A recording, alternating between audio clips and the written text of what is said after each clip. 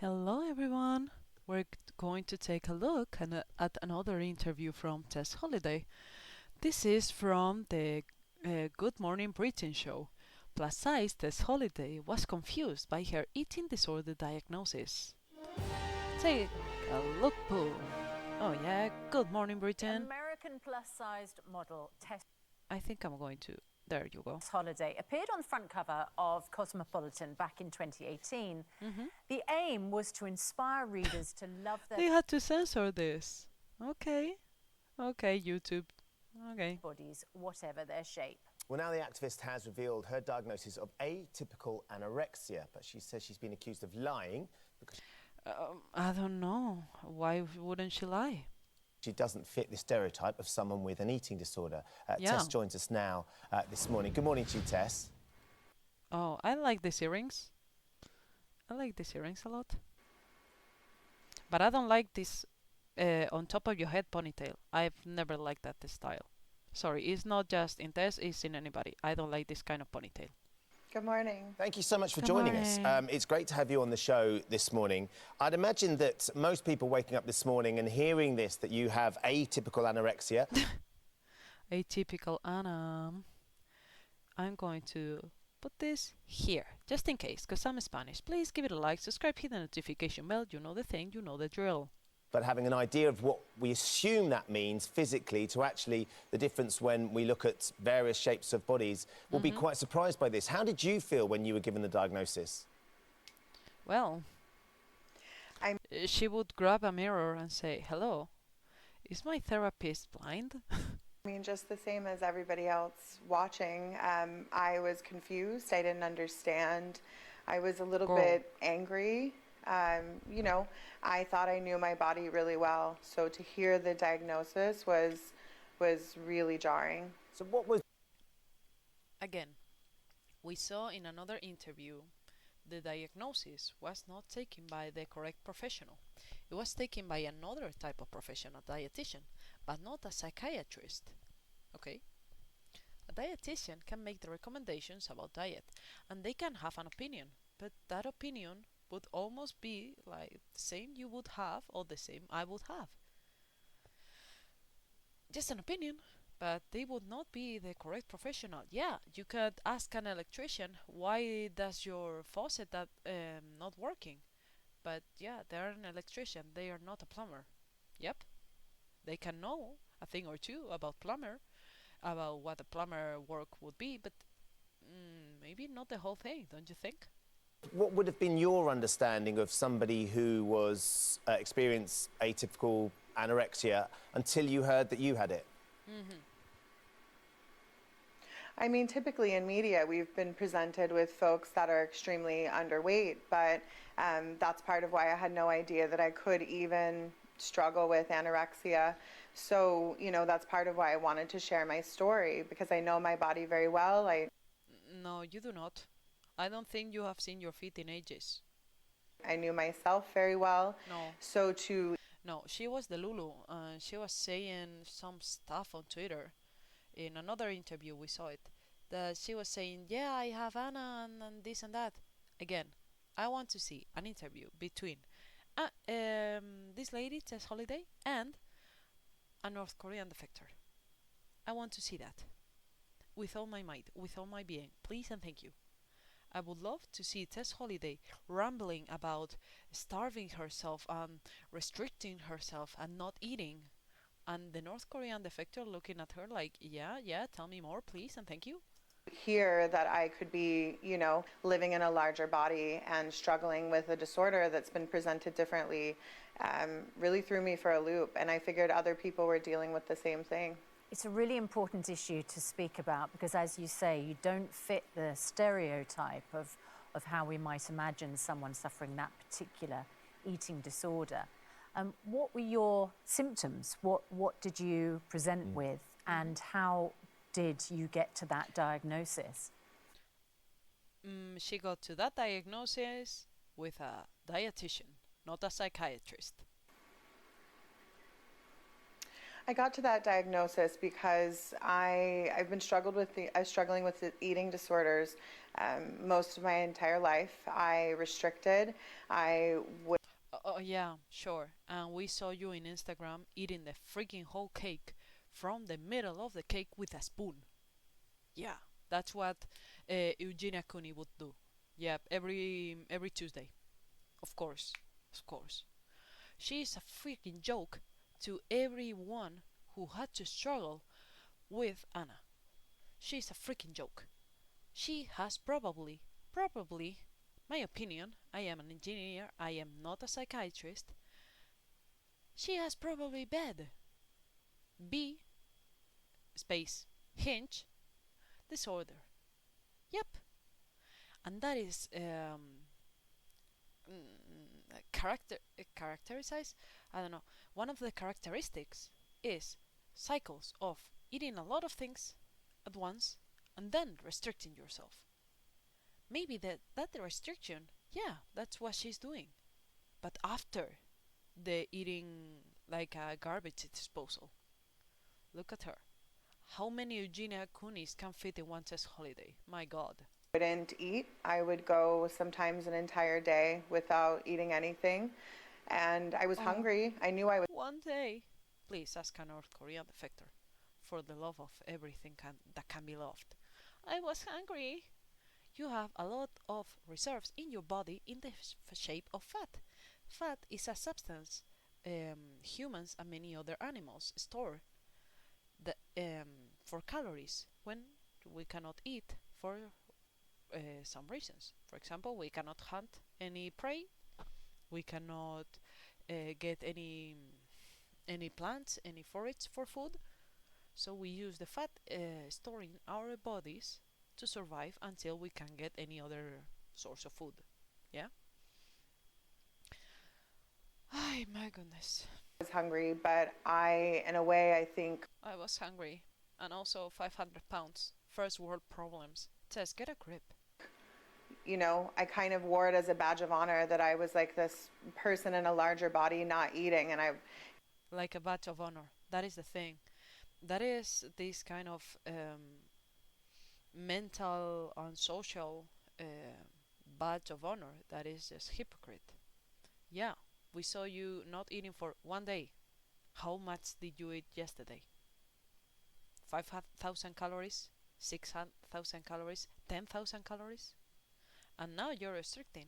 For example, if there is one day where I ate a lot, the next day I will probably not feel any hunger, and I will eat a piece of fruit, maybe a sandwich or something.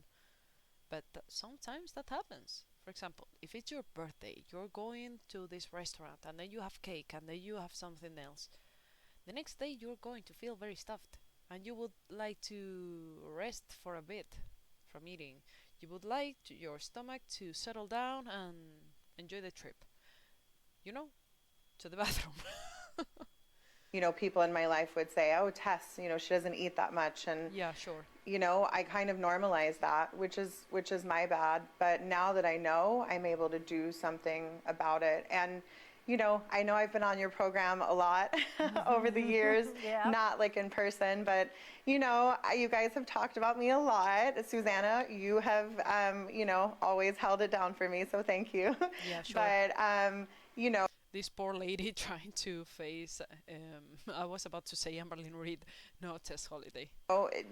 everyone is pretty familiar with my story, but to hear that I was struggling with what I've been dealing with, I know is really shocking. But I'm healthier and happier than I've been in my entire life. No, no, that is not true. I've been healthier and happier. Maybe happier, but not healthier. We know you were trying this anti inflammatory diet. And she published it. The worst thing is, she did publish the thing. She did publish this breakfast for anti inflammatory diet. The plate was huge for one little tomato in made slices and this egg omelette. Lady, we saw it. We saw you sprinkling salt on the tomato. Girl, we saw it because you published it yourself. life. Yeah. Tess, well, I understand that you've had quite a lot of backlash since you've come out and explained that you have this diagnosis. People course. thinking that you're lying, that you're just doing it for sympathy or for publicity. Yeah. Because how could possibly somebody who is plus size like yourself have an eating disorder? Well. I mean, listen, I would much rather be doing things for publicity than this, right? This is not. Yeah, but you cannot because you are not being hired to become a model for another brand. That is why you're doing this. And she was also doing this Pinterest consultant for diversity. Yeah, sure. We saw Michelle McDaniel trying to look for, okay, if there is diversity, she did this very big research. No, by not research, search for, I don't know, people. And she could see many people, tanner, paler, taller, shorter, but she couldn't see many buff ladies. Okay, where is the diversity for people like her? Buff people. Where is it? I would like to see it too. But no, only for fat people. A fun thing to be talking about, but the reality is, you know, if someone that can be as knowledgeable about their body and body positivity and loving yourself, if I can be struggling with an eating disorder like anorexia, I know that there's. Why are they censoring this? I thought the other one was because of the swimsuit, but she's just wearing a pink dress here. Other people that are dealing with it. So for me, it's been much more empowering to be able to share my story. I mean, I have gotten a lot of people that have messaged me saying, you know, there was a gentleman today that said, I held my best friend who passed away at, you know, 90 pounds. I don't know what that is, translate. And, you know, how dare you lie about this? And Exactly, thank you. This person had to hold their loved ones who were suffering from Anna. And looking at this case situation with Tess Holliday, this would feel like a very bad joke. Like if you were laughing in the faces of people who had to suffer and endure the situation. Tess, that is not funny. If you wanted to troll, you can troll with other things, other situations. You do not have to choose this. that's really hard to hear, but this is my reality and this is my truth. Okay, they are just censoring this because, I don't know, maybe copyright, maybe YouTube things, because this dress does not even have a plunge or something. I don't know, sorry. This is a side quest. And it needs to be talked about because there's other folks that are experiencing what I'm experiencing and we're just not seeing it. Yeah, sure. Yeah, to be accused of lying when you have been given a diagnosis is a very difficult thing. We have Dr. Hilary here, our resident GP. Dr. Hilary, Okay. eating disorders can manifest in lots of different. Why right now they're not censoring this? Sorry guys, I interrupted the hostess and the doctor. Sorry. Oh shit. Sorry, I muted it. Plus size That's of body. right. Yeah. But this is atypical anorexia, and this is Atypical. significantly, you know, as Tess talks about, it's about restricting your eating. But just explain how that happens, Yeah. and your, you know, the size that Tess Yeah. is. So these labels aren't particularly helpful. Eating disorders comprise a spectrum of eating disorders which include bulimia, anorexia, obesity itself, and there's always a psychological element. And in those elements, there are a number of things which they have in common. For example, there would be a fear of being fat or gaining weight. There would be a body dysmorphia, a distorted body image. There would be restrictive and abnormal eating habits. And those things are common to all of these eating disorders. Now, whilst the official categorization of eating disorders doesn't often include atypical anorexia, it does include something called other specified feeding and eating disorders, of which this is one. So we can call it atypical anorexia, which people will still be confused about because they associate the word anorexia with starving yourself to death, potentially, and being severely underweight. But weight alone is not a defining reason for a diagnosis. Right. So you can... Okay, but in all due respect, bed, B-E-D, if you know what I mean, can also develop. The BED has also periods of restriction. Anna is only restriction, but Tess Holiday, I repeat, we have seen her eating loads of fast food, of candy, or a freaking cake all by herself on the screen. I don't think anybody with Anna would do such a thing. I don't think this lady, Eugenia Cooney, would do such a thing. I don't know. be overweight and still have restrictive eating patterns, abnormal thoughts about eating, abnormal behaviours about eating, and I think that's what Tess is talking about. Yeah. And she's right, it's important that we talk about this. It is really important. Tess, this past year in lockdown has been a challenge for a lot of people, and particularly people suffering from eating disorders. How has it been for you? How have you managed that? You know, I think that the pandemic was really a blessing for myself because it allowed me to slow down for the first time in my entire career and really reflect back on myself. And it was through that kind of downtime that I realized that something wasn't okay with me. I didn't feel good. I just wasn't myself. And so I reached out to the dietitian, who initially is the one that told me, hey, I think you need to see somebody, because if I could... Yep, exactly. Please keep these words again. She saw a dietitian who said, I think you need to see somebody, because if I could diagnose you, I would diagnose you as anorexia type A, and exactly, a dietitian. You should look at somebody else who could diagnose you, because if I could, a dietitian cannot. you know, hearing that was really difficult, but that is not a proper diagnosis. Oh my god. She ran away with it, if she could run. She ran away with it in Minecraft. I was able to get that diagnosis, which is what I... No. You were not able to get that diagnosis because you were speaking to a dietitian who said, if I could diagnose you, I would say this, but that is not a proper diagnosis. There is a doctor in the freaking room, in the freaking program, and I would love another opinion. But he will have to take a look at all your medical history and such to evaluate.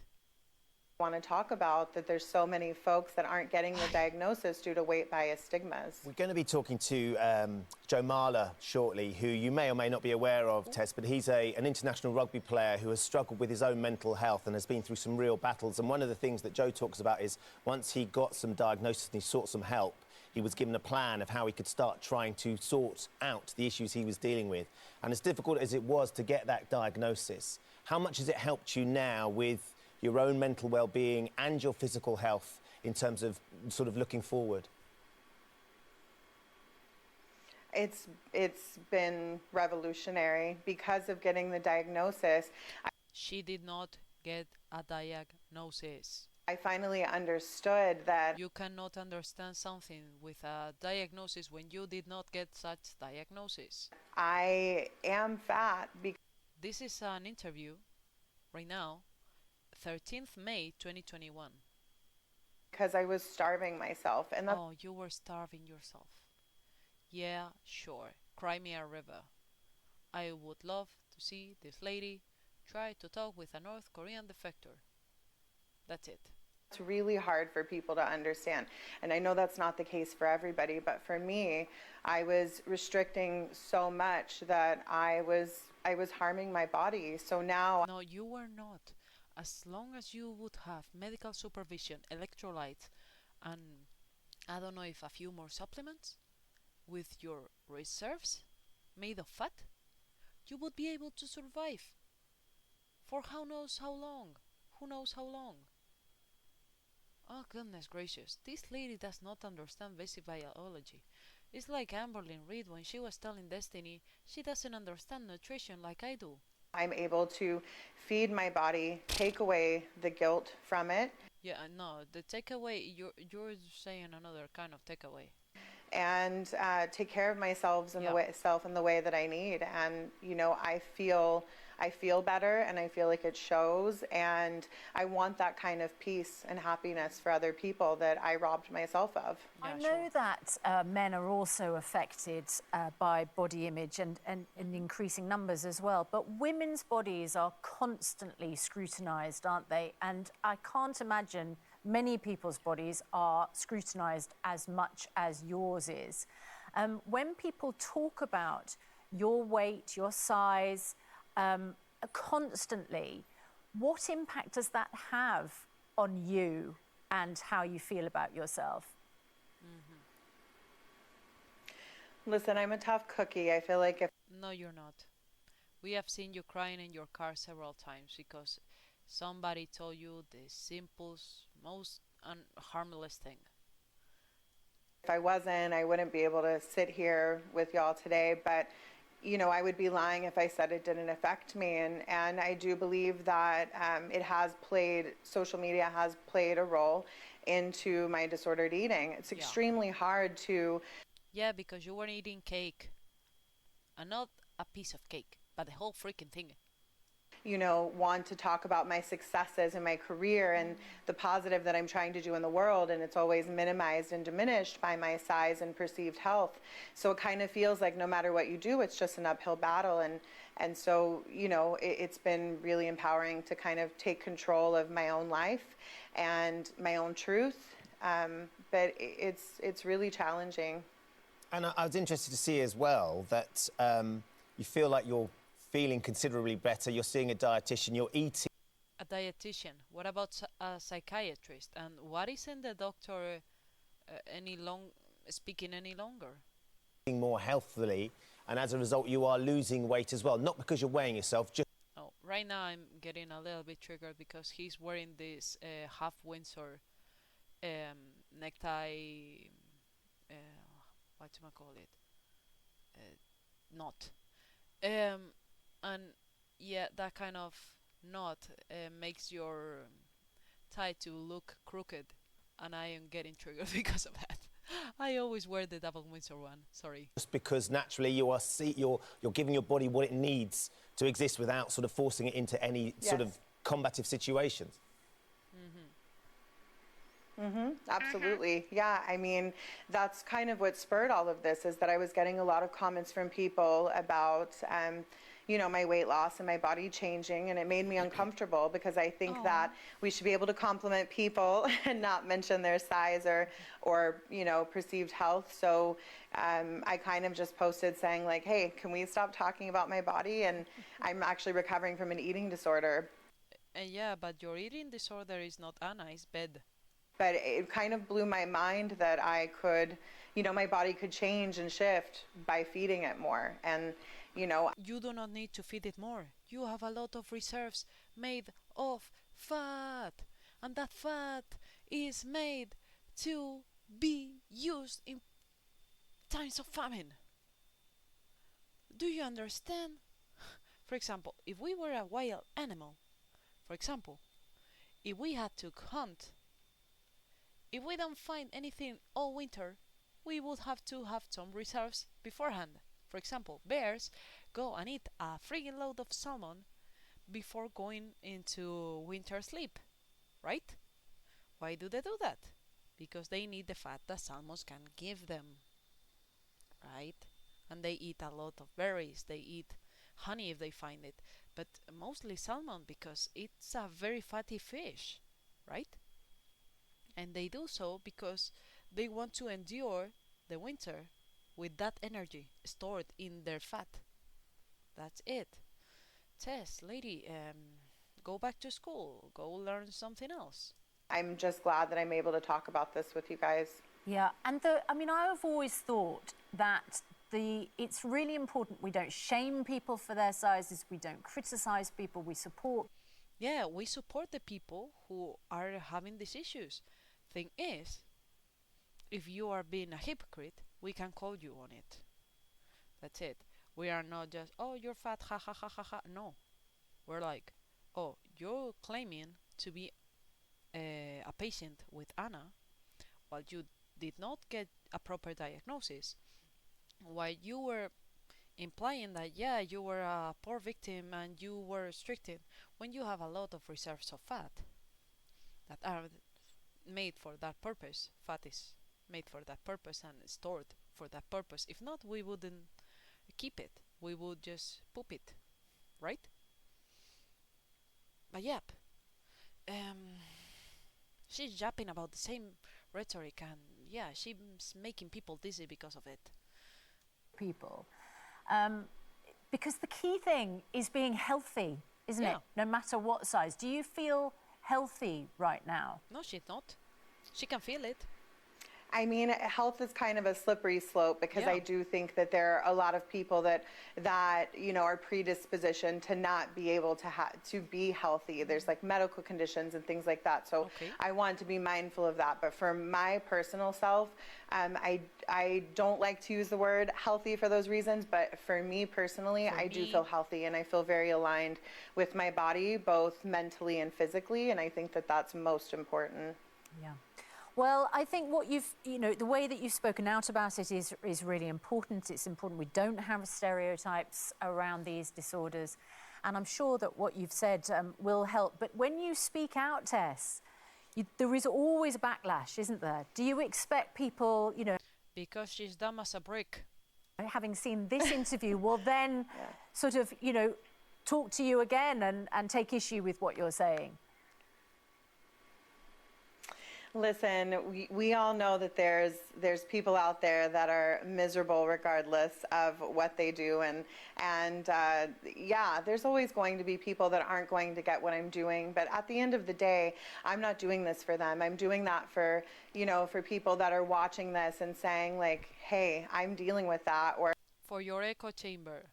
That person looks like me, and that makes me feel less alone. Oh yeah, she looks like me. And when people start losing weight, then they bash them, like we saw in another interview, don't you think? So, I welcome the criticism, but I'm not going anywhere. Do you know what, Tess, to be able, as you suggest, to be able to get to the point where we can interview and talk to you about some of the success and some of the exciting things you're doing, regardless of your shape or size or body, is where we all want to get, isn't it? That's the sort of that's what we're all striving for. And hopefully, next time you come on the show, we can do just that, and it will be about one of the things that you've done, which is be incredible, rather than having to talk personally about your own health. But I know that you wanted to come on to talk specifically about that, and so we're honouring that today. Tess, good to see you, looking fabulous, absolutely fabulous. Nice to see you. Tess Holliday, thanks very much indeed. Thank you. Dr. Hillary, restrictive eating is the issue, isn't it? Yeah, and while she's feeling healthier, she can't say she's healthy. Thank you. Oh my goodness, I was about to cut it, but I saw there was some video left. But yeah, thank you. She can say she's feeling healthier, but she cannot say she is healthy. Thank you. And while this journalist is covering his mouth, and she's like looking at him like, please don't say that. She's the Lululand right now. She's the whole land. Because otherwise it wouldn't need treatment, and it does. It is an eating disorder which has ramifications physically and mentally, and therefore the psychological counselling plus help from a dietitian is absolutely paramount. The counselling, but she also needs a mental health specialist, right? But she's right to bring this out into the open, because many people have an eating disorder which is undiagnosed, under-recognised, and can cause misery. But it's treatable, and it's really important people come forward. And I think the other thing that's really counterintuitive is hearing Tess say, she's fat, but she's starving her body. Our natural, what we've all been sort of taught to understand is the less food you give yourself, the less weight you're going to put on. And clearly there is an issue there that we need to understand. That still holds true, but you can restrict yourself from eating for days and then binge. And then Thank you. That's it. Case closed. No more questions, your judge. Sorry. You can restrict yourself for days and then eat a lot of food in one sitting and then eat the wrong thing. Hence thing. the overlap with bulimia. Right. Thank you. So it's about abnormal eating patterns all the time. That she's now eating more frequently, but the right foods and the right amounts. Yeah. Nourish And that's the yourself. Yeah, the right foods and the right amounts, the right portions. That is the difference between a healthy eating pattern and an unhealthy one. difference. Yeah, Yeah. yeah. Let's make sure that we put details of support groups. They are both trying to run away from this situation. He's covering his mouth, he does not want to speak. They are grateful probably that Tess is not longer in the picture. And she's trying to cut publicity, do something. ah. On our website, Okay. itv.com/helplines. If you're struggling in the same way, it's absolutely vital to get. Okay. And this is the end of the news, the end of this interview.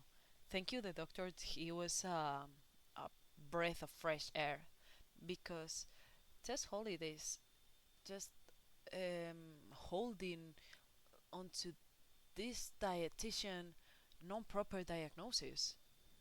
And the doctor was like, you need professional help. Yeah, you need to work on this. You need to work on that.